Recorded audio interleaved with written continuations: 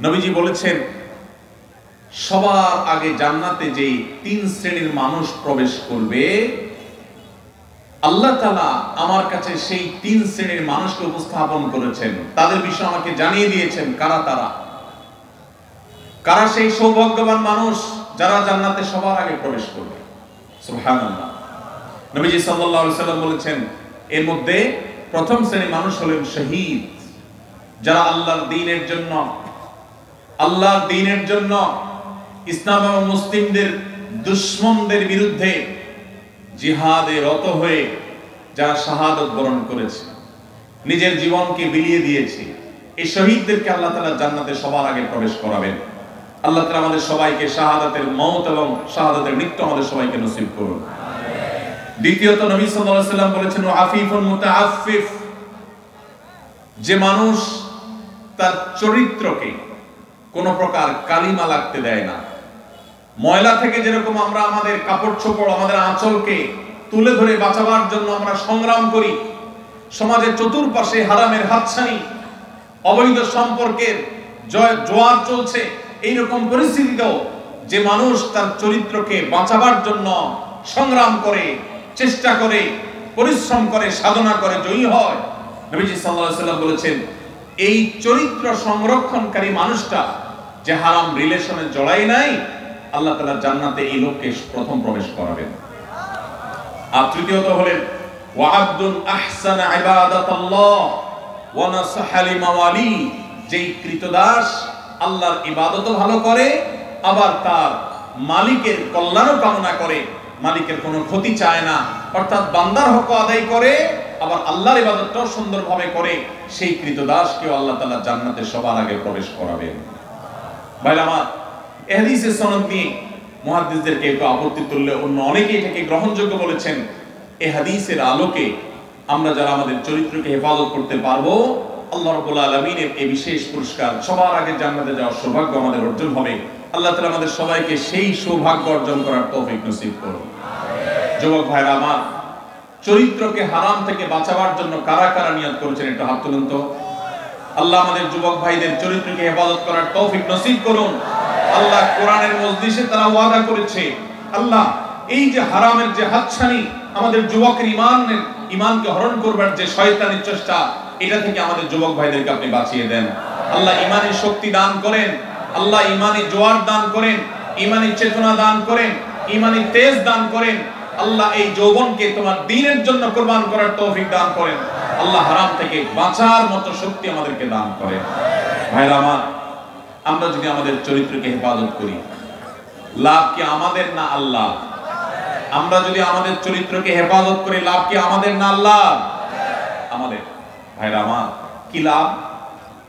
লাভ হলো আল্লাহ সুবহানাহু ওয়া তাআলা যারা নিজেদেরকে হারামের পথ থেকে বাঁচিয়ে রাখে, তাদের জীবনে যখন বৈবাহিক সম্পর্কের মধ্য দিয়ে একজন বৈধ হালাল সঙ্গী জীবনে আসে, সে যুবক সে যুবতীদেরকে আল্লাহ রাব্বুল আলামিন সচরাচর দাম্পত্য জীবনে সুখ, প্রকৃত অর্থে তৃপ্তি, সত্যিকারের যে ভালোবাসা, সেই ভালোবাসা আল্লাহ তাআলা নসিব করেন তাদের জন্য যারা তাদের যৌবনকে হারামের কালিমায় জড়াতে দেয় না।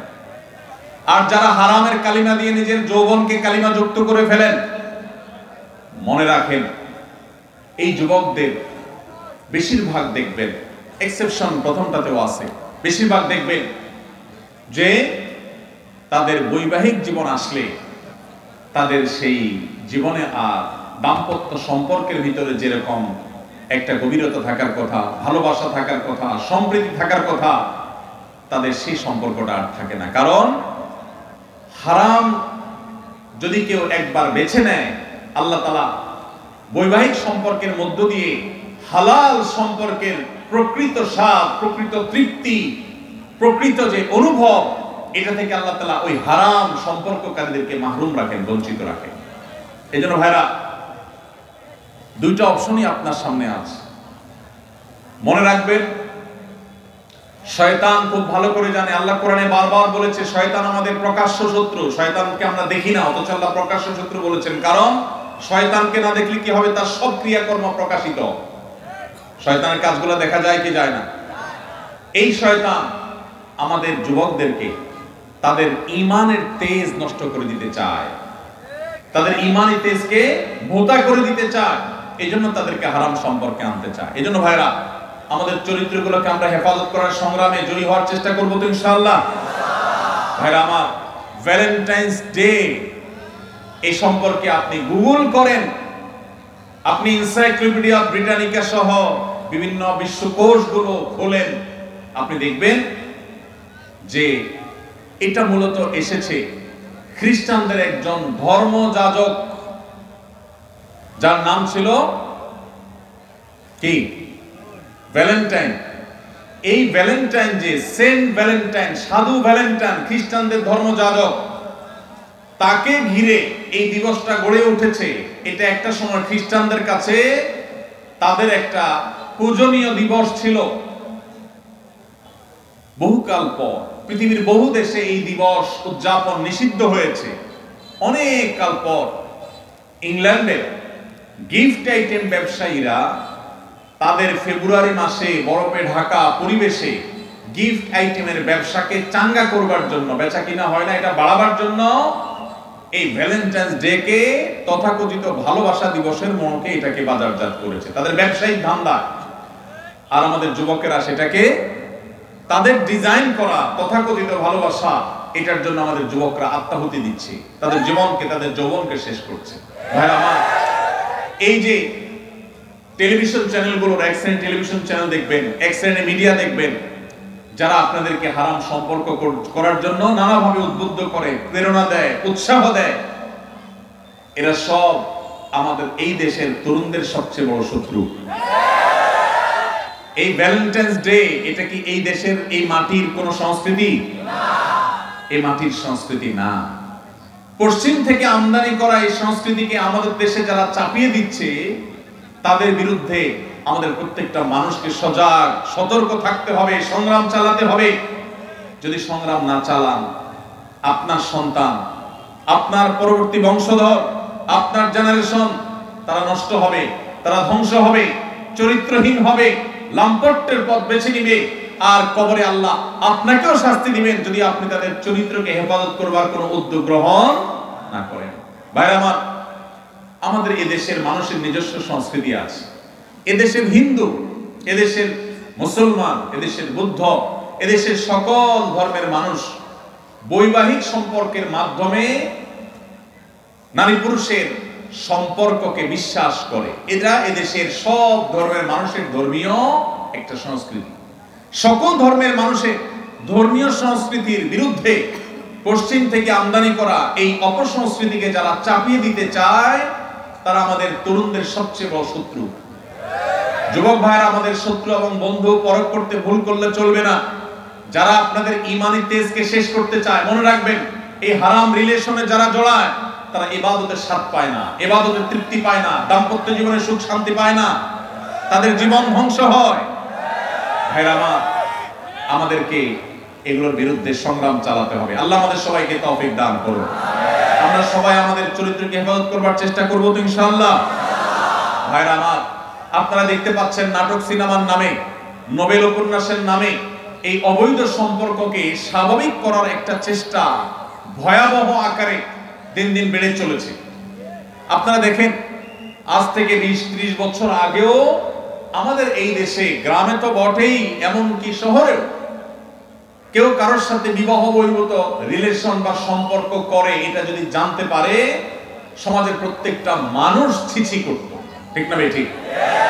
অথচ আজকের বাংলাদেশে আপনারা দেখবেন, অনলাইনে অফলাইনে বিভিন্ন প্রতিষ্ঠানে রসিকতা করে, মজা করে গার্লফ্রেন্ড, বয়ফ্রেন্ড এই শব্দগুলোকে ইজি করে দেওয়া হয়েছে, ঠিক না ভাই? ঠিক।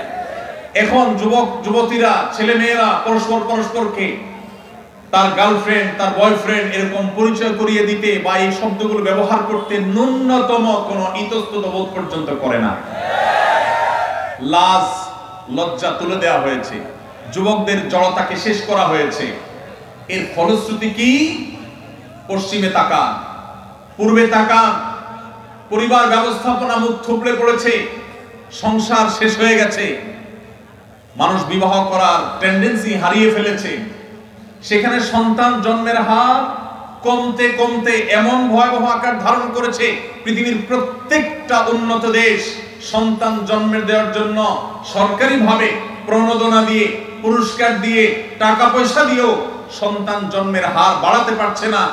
দেশ চালাবার মতো তরুণ জন্ম হচ্ছে না, কারণ মানুষ যখন বিবাহ বহির্ভূত সম্পর্ক করে সেখানে ভোগটাই মুখ্য থাকে, বিবাহের মধ্যে ভোগ মুখ্য থাকে না, বিবাহের মধ্যে ভালোবাসাটাই মুখ্য হয়ে যায়।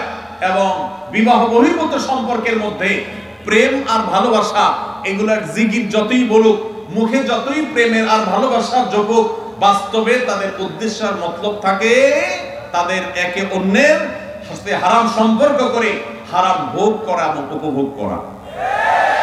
আপনি এজন্য দেখবেন যারা হারাম সম্পর্ক করে এই মানুষগুলোর মধ্যে এই প্রবণতা আছে যে ভালোবাসি ভালোবাসি বলতে বলতে মুখ দিয়ে দেখবেন সারাদিন ফেনা তুলে ফেলছে, অথচ কয়দিন পরে দেখবেন একজন আরেকজনকে ছেঁকা দিয়ে আরেকজনের সাথে হাঁটা দিচ্ছে। স্বামী স্ত্রী নিজেদের মধ্যে এত বেশি ভালোবাসি জিকির করে না, কিন্তু বৈধ স্বামী স্ত্রী একজন আরেকজনের জন্য ঠিকই জীবন দেওয়ার চেষ্টা করে। আল্লাহ তাআলা এই নাপাক নোংরা ভালোবাসা নামের, প্রেমের নামের এই নোংরামি থেকে আল্লাহ তাআলা আমাদেরকে বেঁচে থাকার তৌফিক দান করুন। যারা বৈধ জীবন সঙ্গীকে নিয়ে সুখী হতে চান, ভালোবাসা প্রকৃত অর্থেই ভালোবাসাকে যারা ফিল করতে চান, অনুভব করতে চান, তারা তাদের যৌবনকে এখন থেকে হেফাজত করার সংগ্রাম চালাতে হবে। চেষ্টা করা যাবে তো ইনশাআল্লাহ। আপনার স্কুলে, আপনার কলেজে যারা হারাম সম্পর্ক করে, হারাম সম্পর্ককারীদের দৌরাত্ম্য এমন বেড়েছে যে এখন কেউ যদি হারাম সম্পর্ক না করে তাকে নিয়ে পর্যন্ত ওই চরিত্রহীনেরা উপহাস করে।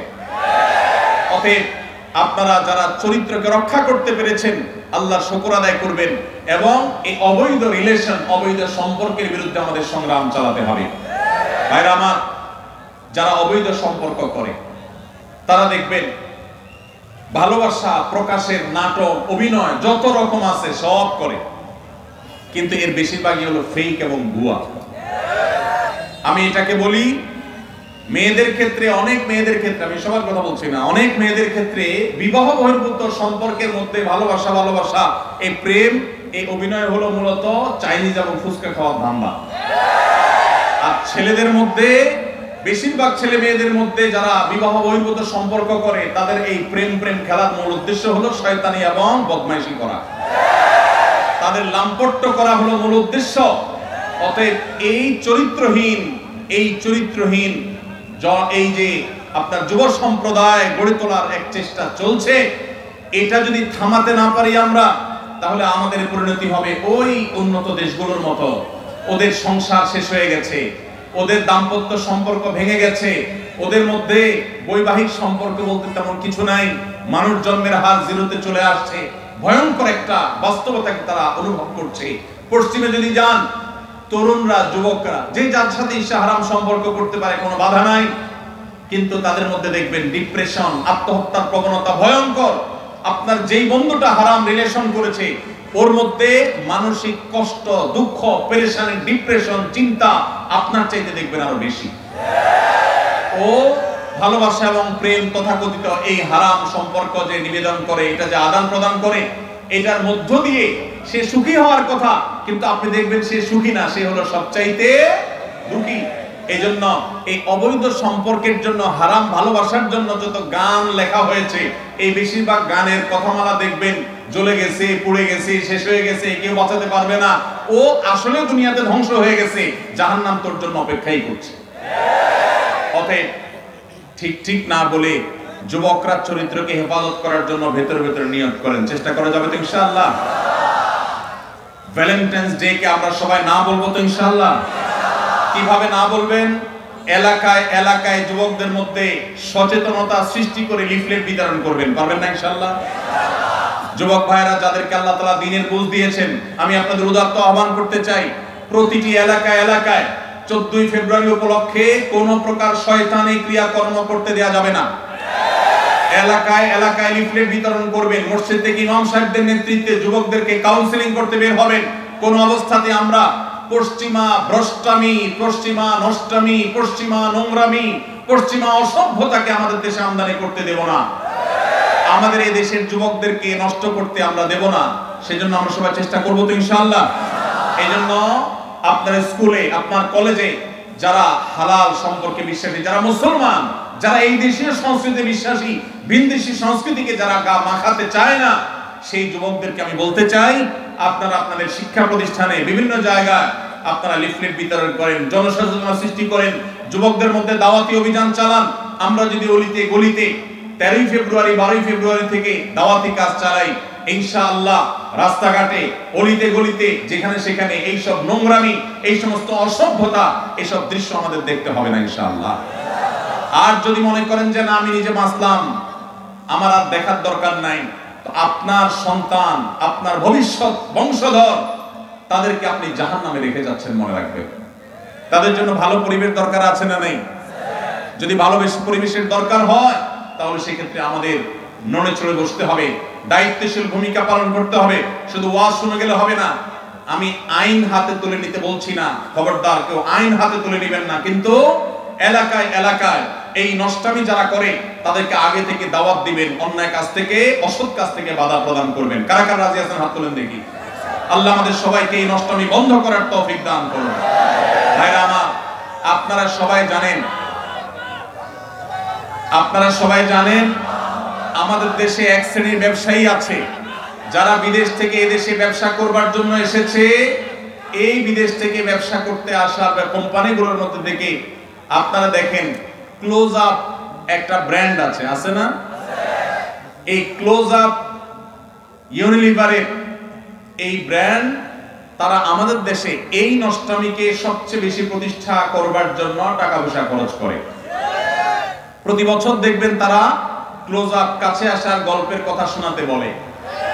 এই কাছে আসার গল্প বলতে, কোন সন্তান পড়ালেখা থেকে দূরে সরে গেছে, সে আবার সুপথে আসছে, পড়ালেখার পথে ফিরে আসছে, সেই যুবকের গল্প তারা শুনতে চায় না। কোন যুবক বাবা মার সাথে রাগারাগি করে বাসা থেকে বের হয়ে চলে গেছে, সে আবার বাবা মার কাছে আসছে, সেই সচ্চরিত্রবান যুবকের গল্প তারা শুনতে চায় না। কোন স্বামী তার স্ত্রীর সাথে অভিমান করে সরে গেছে, দূরে চলে গেছে, আবার তারা স্বামী স্ত্রী মিলেমিশে গেছে, ভুল সবাই একে অন্যটাকে স্বীকার করে নিয়ে তারা আবার থাকা শুরু করেছে। এই যে কাছে এসেছে, একটা সংসার ভাঙার পর আবার জোড়া লেগেছে, এই কাছে আসার গল্প তারা বলে না। তারা কোন কাছে আসার গল্পের কথা বলতে চায়? তারা বলতে চায় আমাদের যুবকরা হারামের কাছে, জাহান্নামের কাছে, অবৈধ রিলেশনের কাছে যাওয়ার গল্প যেন শোনায় সেজন্য। তাহলে এরা কি আমাদের বন্ধু না শত্রু? এরা কি আমাদের বন্ধু না শত্রু? যেই যুবক বাপমা থেকে দূরে সরে গেছে, সেই যুবক বাপমার কাছে ফিরে আসলে এই কাছে আসার গল্প আমাদের জন্য সুখকর। যেই যুবক পড়ালেখা ছেড়ে নষ্ট পথে চলে গেছে, সে সেই পথ থেকে ফিরে এসেছে, এটা আমাদের জন্য সুখকর। যেই যুবক মাদকের দিকে চলে গেছে, সে মাদক ছেড়ে আবার সুস্থ জীবনে ফিরে এসেছে, এটা আমাদের জন্য আনন্দের। যেই স্বামী স্ত্রীকে রেখে চলে গেছে, যেই স্ত্রী স্বামীকে রেখে অভিমান করে চলে গেছে, সে আবার ফিরে এসেছে, এই কাছে আসার গল্প আমাদের জন্য সুখকর। কিন্তু ক্লোজ আপ এবং এই জাতীয় যে সমস্ত কোম্পানিগুলো আমাদের যুবকদের ঈমানের চেতনাকে ধ্বংস করবার নীল নকশাকে তারা বাস্তবায়ন করতে চায়, তারা এই সমস্ত কাছে আসার গল্প শুনতে বা শোনাতে চায় না। তারা চায় আমাদের যুবকদের হারামের কাছে যাওয়ার গল্প শোনাতে। হারামের কাছে যাওয়ার গল্প শোনাতে যারা আমাদের যুবকদেরকে উদ্বুদ্ধ করে, যারা যুবকদেরকে উস্কানি দেয়, এই তথাকথিত কাছে যাওয়ার পরের যে গল্প, কোন যুবক হারাম সম্পর্ক করতে গিয়ে, তথাকথিত কাছে আসার গল্প রচনা করতে গিয়ে তার পড়ালেখার জীবন শেষ হয়ে গেছে। কোন যুবক হারাম পথে আসতে গিয়ে, হারামের কাছে আসতে গিয়ে বাবা মার সাথে সম্পর্ক শেষ হয়ে গেছে। কোন মানুষ হারাম সম্পর্ক করে হারামের অবৈধ সম্পর্কের কাছাকাছি যেতে গিয়ে তার বৈধ স্ত্রীর সাথে তার ডিভোর্স হয়ে গেছে। এই তথাকথিত কাছে আসার গল্পের পরের যে ঘটনাগুলো, সেগুলো আর তারা আপনাকে বলবেন। আপনাকে বলবেন যুবক কিভাবে তুমি কাছে এসেছো হারামের, সেই গল্প শোনাও। সেগুলো দিয়ে তারা ভ্যালেন্টাইন্স ডে, অর্থাৎ খ্রিস্টানদের সাধু ভ্যালেন্টাইন্স ডে, যেটাকে না জেনে না বুঝে মুসলিম যুবকেরা তথাকথিত ভালোবাসা দিবস মনে করে যেটাকে উদযাপন করে খ্রিস্টানদের কাজ করছে, সেই দিবস উপলক্ষে তারা সে সমস্ত গল্পকে নাটক আকারে টেলিভিশন উপস্থাপন করে। মুসলিম নামধারী ন্যূনতম আত্মসম্মান বোধ থেকে সম্পূর্ণরূপে মুক্ত, যাদের মধ্যে কোনো আত্মমর্যাদা নাই মুসলমান হিসাবে, এরকম নামধারী মুসলমানেরা সেই সমস্ত তথাকথিত ভালোবাসার নাটককে তারা উদযাপন করে, সেগুলোকে তারা উপভোগ করে, সেগুলো দেখে তারা মজা নেয়। এটা ঈমানের সাথে যায় না। আপনি ঈমানদার হলে আপনার ঈমান হরণকারী এই আয়োজনকে আপনি কখনো অ্যাপ্রিশিয়েট করতে পারেন না। এই বিদেশিরা আমাদের দেশ থেকে প্রত্যেকটা ঘরে ঘরে এদের পেস্ট, এদের সাবান, এদের আইটেমগুলো বিক্রি করে আমাদের ঘর থেকে তারা চাঁদা তুলে তারা বিদেশে নিয়ে যাচ্ছে। আবার আমাদেরই টাকা আমাদের কাছে বিক্রি করে যে টাকা তারা ইনকাম করে, সেটা দিয়ে আমাদের সমাজে তারা বিষ, এটা তারা চতুর্দিকে ছড়িয়ে দিচ্ছে। অতএব এদের বিরুদ্ধে আমাদের দাঁড়াতে হবে কি হবে না? এরা যদি এই সমস্ত শয়তানি কর্মকাণ্ড না ছাড়ে, আল্লাহর জন্য এদের এই আইটেমগুলো আমরা বর্জন করতে পারবো তো ইনশাআল্লাহ? ইহুদিদের এই সমস্ত পণ্য আমার মুসলিম ভাইয়ের উপরে বোমা হয়ে ফিলিস্তিনে পড়ছে, আমার গাজাকে শেষ করে দেওয়া হয়েছে, আমার এলাকাতে এসে এই বাংলাদেশে তারা বোমা মারতে পারছে না, কিন্তু আমাদের যুবকদের চরিত্রের উপরে তারা বোমা মারছে। অতএব এদের পণ্য কেনা থেকে আমরা বিরত থাকবো তো ইনশাআল্লাহ? এদের পণ্য দোকানদার ভাইরা যেন না রাখে, সেজন্য তাদেরকে আমরা দাওয়াত দেব, ঠিক আছে না ইনশাআল্লাহ? দোকানে দোকানে দিয়ে ভাইদের হাত পা ধরবো, আমার দেশি পণ্য মান একটু খারাপ হোক, দাম একটু বেশি হোক, তারপরে সেটা বিক্রি করবা। আমরা এই সমস্ত বিদেশি জিনিস কিনবো না, বিক্রি করবো না, চেষ্টা করা যাবে ইনশাআল্লাহ? আমরা দোকানে দোকানে দাওয়াতি কাজ করবো তো ইনশাআল্লাহ? আল্লাহ তাআলা আমাদের যুবক ভাইদের চরিত্রকে হেফাজত করবার তৌফিক দান করুন। ভাইরা আমার, চরিত্র এমন এক জিনিস, একবার যদি আপনি নষ্ট করে ফেলান, তওবা করে ফিরে আসলে আল্লাহ তাআলা মাফ করবেন ঠিকই, কিন্তু আপনার সচ্চরিত্র রাখার যে একটা তৃপ্তি, ওই তৃপ্তি আর কখনো ফিরে আসে না। সেজন্য আমরা সবাই হারাম সম্পর্ক থেকে বের হয়ে আসার চেষ্টা করবো তো ইনশাআল্লাহ? পাড়ায় মহল্লায় যুবক বন্ধুদেরকে দাওয়াত দিব, হারাম নয় হালালের পথে চলে আসো।